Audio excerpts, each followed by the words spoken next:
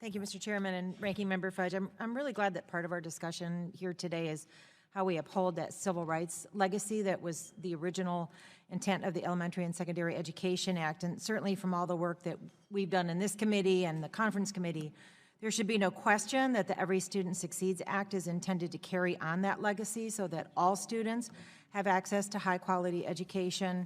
ESSA advances this promise by continuing to target resources to underserved public schools, by committing federal funds to supplement, not supplant, local investments, and by requiring states to measure the progress of every student and hold each to high standards, and by expecting states to identify when some students are lagging behind their peers, and also by requiring states to take meaningful steps to close opportunity and achievement gaps when they're identified.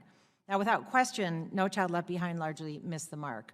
It identified too many schools for intervention and prescribed interventions that were too rigid, but we shouldn't forget why Congress passed No Child Left Behind before that law. Some groups of students, like students with disabilities, could effectively disappear in some states' school systems. So setting parameters to guarantee each child's right to opportunities in public education is fundamentally a federal responsibility. So I respectfully disagree when some people say, as I believe in it's Dr. Wilson's testimony, that Every Student Succeeds Act intends for states to be solely responsible for decisions regarding accountability. I don't see that as accurate. The law establishes a lot of conditions to make sure accountability systems reflect the intent of Congress to identify and require action in schools where students are being underserved. That's how Congress advances equity in education, and the Department of Education does have a clear role to play in interpreting statutory language and establishing parameters consistent with the law and within the scope of the law, of course, as has always been the case. I want to begin by dispelling a rumor that the Every Student Succeeds Act somehow nullifies the Department of Education's enforcement authority under the General Education Provisions Act, GEPA. So can you point, I'm going to ask Mr. Talbert and Ms. Almazan, can you point to any provision in the Every Student Succeeds Act that would alter, limit, or erode the U.S. Department of Education's authority as granted under GEPA to enforce compliance with federal education law? The General Education Provisions Act certainly provides authority to the department, to take enforcement actions if necessary, and so that remains even with the ESSA. Do you agree, Ms. Almazan? I do agree, and going all the way back to the Administrative Procedures Act of 1946, absolutely. In too many schools in my home state of Oregon and across the country, students don't have access to the resources they need, whether that's advanced coursework, adequate technology, classes in career and technical education, arts, STEM, etc. So the ESSA aims to close these gaps by not only providing extra federal resources, but also promoting more equitable allocation of state and local resources to low-performing schools that do need additional support to improve. So is the statutory language in the ESSA clear enough to ensure that equitable resources reach the schools that need the most support?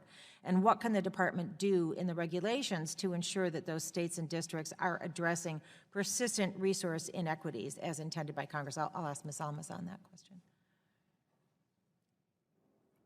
Well, I do think the 1,062 pages it is clear that the Department of Education retains the authority to regulate. I would have to get back to you on those specific items, but we did enumerate in our written testimony those items that we do want to see strengthened in Title I of the ESSA. And I also do want to draw your attention to that. It was on page 5, beginning on page 5 of our comments, our written testimony, and I touched on some of them in the oral testimony, but we are really looking for rigorous and consistent standards. We're looking for the strict state limit of 1% of all students. We are looking for definitions and parameters for those new statutory terms, such as meaningful differentiation, substantial weight, much greater weight. I think that the department we would need the guidance from the department on those areas. And looking at the history of going back to 1994 and No Child Left Behind. And I'm sorry, Ms. Almazan, I'm going to try to get one quick question in, then I'm going to ask Dr. Wilson, probably have to submit your response for the record. But you've named many benefits of local control, But that has some risks too when you look at expectations for students in Hartselle, I hope I said that right, with under 10% of students of color and 30% low-income students, that might be different for districts where there are large concentrations of low-income students. So how can we make sure that states and districts will not take advantage of flexibility to lower expectations for some groups of students, especially in vulnerable communities? And because my time has expired, I'm going to ask you to submit the response. Thank you, Mr. Gentlelady's Chairman. time's expired. Thank you, gentlemen.